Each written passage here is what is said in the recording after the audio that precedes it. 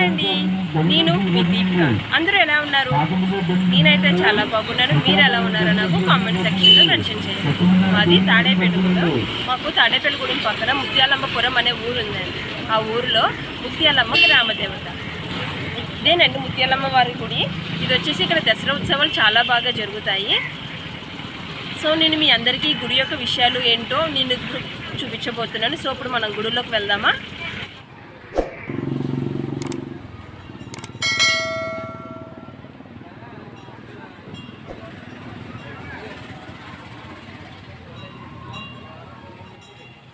ఇక్కడ బయట ఇలాగ డెకరేషన్ చేశారు. దసరా కదండి, దసరా ఉత్సవాల కోసం బయట డెకరేషన్ చేసి గ్రీన్ కార్పెట్ వేశారు. ఇక్కడేమో ట్యాంక్ ఉంది, అక్కడ మనం కాళ్ళు అవి కడుక్కొని గుడిలోకి వెళ్ళొచ్చు. మనకి గుడికి లెఫ్ట్ సైడ్లో అమ్మవారికి కొబ్బరికాయలు కానీ, చీరలు కానీ, జాకెట్ ముక్కలు కానీ ఏమైనా ఇవ్వాలనుకుంటే మనకి గుడి పక్కన షాపుల్లో ఉన్నాయి. అక్కడ ఇప్పుడు మనకి షాపులు అలా ఉంటాయి. తర్వాత నేను గుడిలోకి 3 ప్రదక్షిణాలు చేసి గుడిలోకి వెళ్ళాను.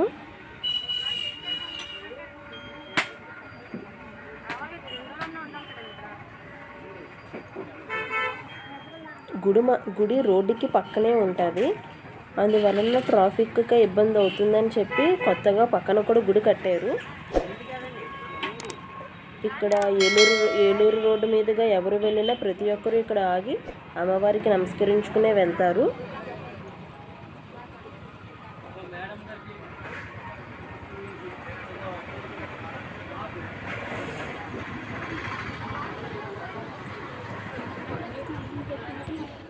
పూర్వం అంటండి పూజలు అందరూ ఇక్కడే చేసేవారంట. ఈ చెట్టు దగ్గర అమ్మవారు వెలిసారంట. పూర్వం అందరూ ఇక్కడే పూజలు చేసేవారంట. తర్వాత మెల్లగా మనకి గుడి అయి కట్టారు. ఫస్ట్ ఇక్కడే పూజలు ఉత్సవాలు ఏవైనా ఇక్కడే చేసేవారు. ఇప్పుడు కూడా అందరూ నైవేద్యాలన్నీ ఇక్కడే అమ్మవారికి ఇస్తున్నారు. పసుపు, కుంకం, సెల్విడి, వడపప్పు, పానకం ఇవన్నీ అక్కడ అమ్మవారికి చూపించి అప్పుడు ఆలయంలోకి వస్తున్నారు. ఇది కూడా రోడ్ ఎక్స్టెన్షన్ వల్ల ఈ ఆలయం కూడా ఫ్యూచర్లో తీసేయచ్చంట. అందుకని మనకి పక్కన వేరే కొత్త ఆలయం కట్టారు. ప్రస్తుతం అయితే 2 చోట్ల పూజలు చేస్తున్నారు. అందరూ ఇక్కడ దేవుడికి దండం పెట్టుకుని అప్పుడు పక్కన కట్టిన లోపలికి కట్టారు, ఆ ఆలయంలోకి వెళ్తున్నారు.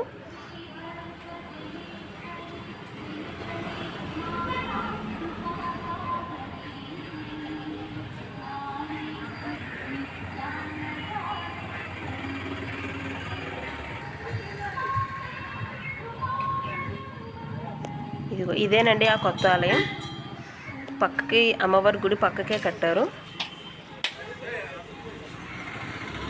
ఏలూరు రోడ్డుగా ఎవరు వెళ్ళినా ప్రతి ఒక్కరూ ఇక్కడ ఆగి అమ్మవారికి నమస్కరించుకునే వెళ్తారు. ఇక్కడ అన్ని పూజలన్నీ నవరాత్రులకి ఇంకా బాగా చేస్తారు.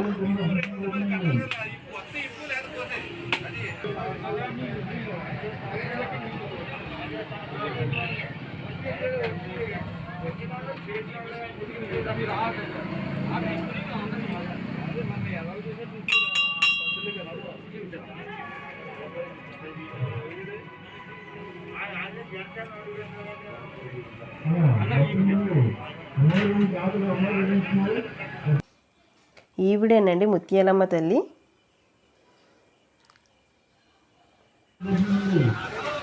ఇది ప్రధాన ఆలయం అండి. ఇప్పుడు మనం కొత్తగా కట్టిన ఆలయానికి వెళ్తున్నాము.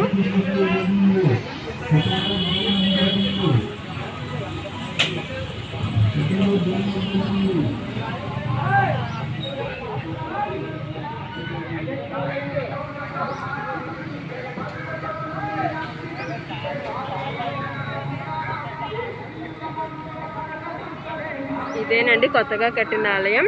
హైవే పక్కగా ఉందని చెప్పి కొత్తగా నిర్మించారు ఆలయం. అక్కడే ఇక్కడ కూడా పూజలు జరుగుతున్నాయి.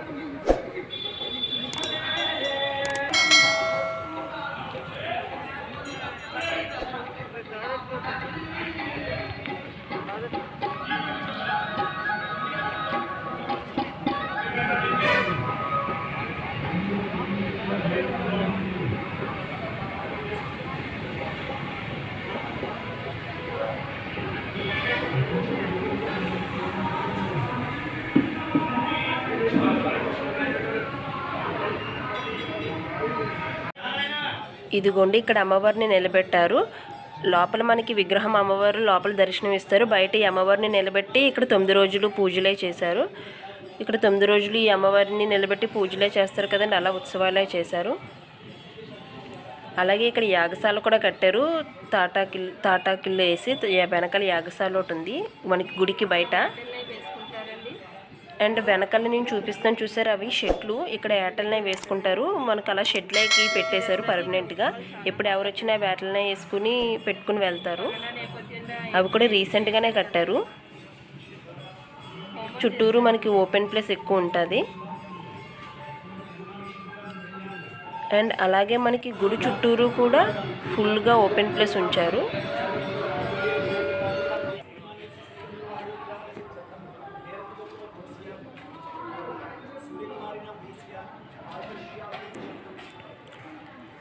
గుడి చుట్టూరు చాలా విశాలంగా ఉందండి. మన ప్రదక్షిణలే చేసుకోవడానికి చాలా విశాలంగా ఉంది. అండ్ ఆర్కిటెక్చర్ కూడా చాలా బాగుంది.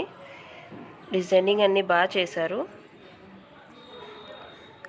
అమ్మవారి విగ్రహాలు అయితే చాలా బాగా వచ్చినాయి. అలాగే చుట్టూరు చూసారా ప్లేస్, అదే గార్డెనింగ్ కోసం చుట్టూరు ఉంచారు.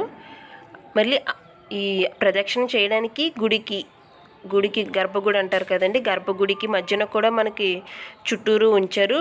మొక్కలనే వేశారు. చిన్న చిన్న కుండీలో మొక్కలే వేసి పెట్టారు.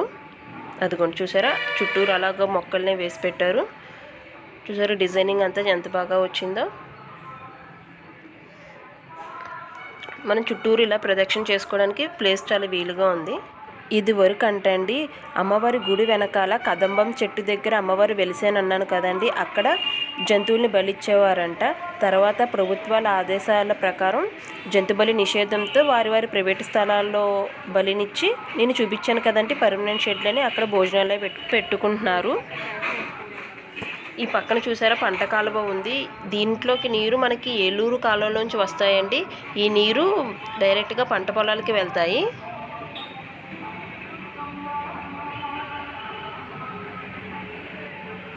ఇక్కడ శిలాఫలకాన్ని ఒకసారి చూసారా, దీనిపై దేవాదాయ ధర్మాదాయ శాఖ అని ఉంది. ఈ శాఖ పేరు పూర్వం అంటండి దేవాదాయ ధర్మాదాయ శాఖ అని ఉండేదంట. స్వర్గీయులైన పైడికొండల మాణిక్యాలరావు గారు మంత్రి అయిన తర్వాత దీనిని దేవాదాయ ధర్మాదాయ శాఖగా మార్పు చేశారు. ఈ కొత్త గుడి నిర్మాణం కూడా ఆయన ముందు చూపు ఆలోచనే అంటండి.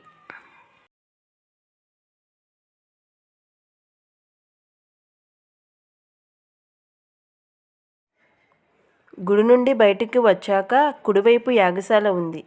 ఇక్కడ దసరా పర్వదినాలలో నిత్యం మధ్యాహ్నం 3 గంటల నుండి సాయంత్రం 6 గంటల వరకు చండీ హోమం చేస్తారు.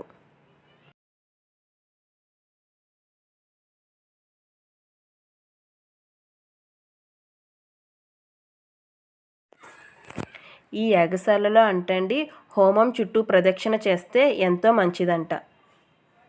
ఈ హోమంలోని విభూది బొట్టు పెట్టుకోవడం కూడా చాలా మంచిదంట.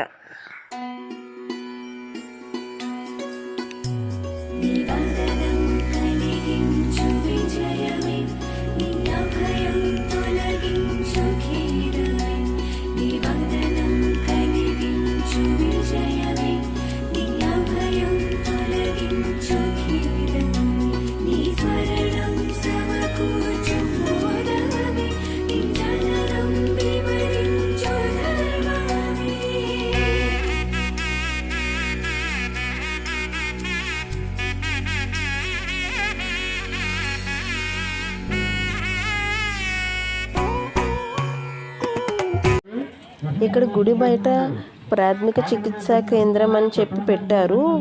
ఎవరైనా వెళ్ళి చెకప్ చేయించుకోవాలనుకుంటే చేసుకోవచ్చు. అలాగే ఈ పక్కన అమ్మవారికి ఎవరైనా చీరలు పెట్టాలనుకుంటే బయట పెట్టారు. కొంతమంది వచ్చి ఇక్కడ చీరలు కొనుక్కుని అమ్మవారికి ఇస్తున్నారు. ఇక్కడేమో కాలువ దగ్గరికి వెళ్ళామంటే గుడి పక్కన రోడ్డు క్రాస్ చేసాక మనకి ఇక్కడ కాలువ ఉంటుంది.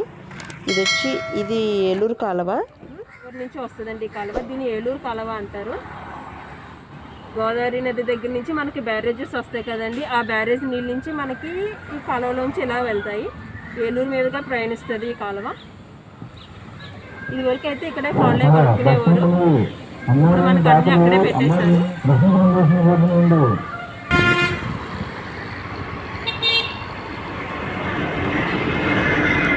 కాలువ దగ్గర ఇక్కడ గార్డెన్లా చేశారు, మొక్కల్నే పెంచుతున్నారు గార్డెన్ కింద పెట్టి, చుట్టూరు మెస్ వేసి పెంచుతున్నారు. అక్కడేమో బోట్లో అటు నుంచి ఇటు గడ్డే తెచ్చుకుంటున్నారు. అది సరదాగా చిన్న క్లిప్పింగ్ తీసాము.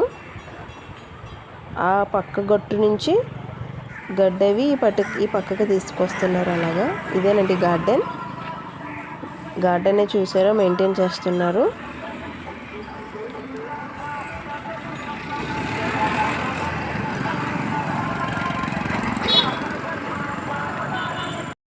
ఇది మనకి గుడికి వెళ్ళే మార్గం అండి. అక్కడంతా పెద్ద పెద్ద వృక్షాలతో ఉంది.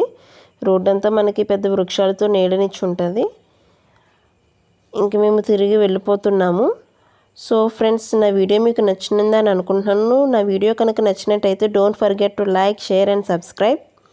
So see you in the next video. Bye bye, tata, see you.